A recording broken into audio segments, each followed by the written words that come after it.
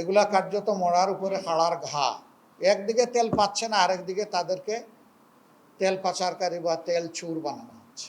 আমাদেরকে এমনভাবে সংসদের ভিতরে বিবৃতি পড়ে শোনানো হয়, মনে হয় যেন এখন তেলের উপর দিয়ে বাংলাদেশ বাসতেছে, তেল তেলা অবস্থা আমাদের। তা আমি বলি যে সব তেল সংসদে ঢুকে গেছে, বাইরে পাওয়া যাচ্ছে না। সঠিক স্বচ্ছ অবস্থা এবং তথ্য জানার অধিকার এদেশের প্রত্যেকটি নাগরিকের। কারণ সরকারের অর্থনীতির চাকা ঘুরে নাগরিকদের ট্যাক্সের টাকায়, এবং এই দেশে আজকে জন্ম নেওয়া শিশু থেকে 100 বছরের বৃদ্ধ বৃদ্ধা তারা সকলেই ট্যাক্স পরিশোধ করেন।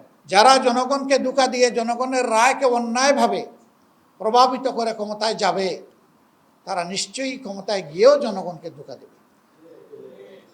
আমরা ধোঁকা দেওয়ার জন্য কোনো দেশ এবং সরকার গঠন করতে চাই না।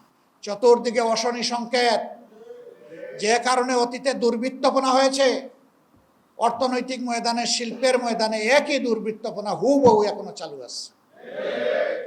ব্যাংক রেজলিউশন আইনটি, অধ্যাদেশটি আটকে দেওয়ার মাধ্যমে কার্যত ব্যাংক ডাকাতদেরকে আবার ফিরিয়ে আনার তৎপরতা।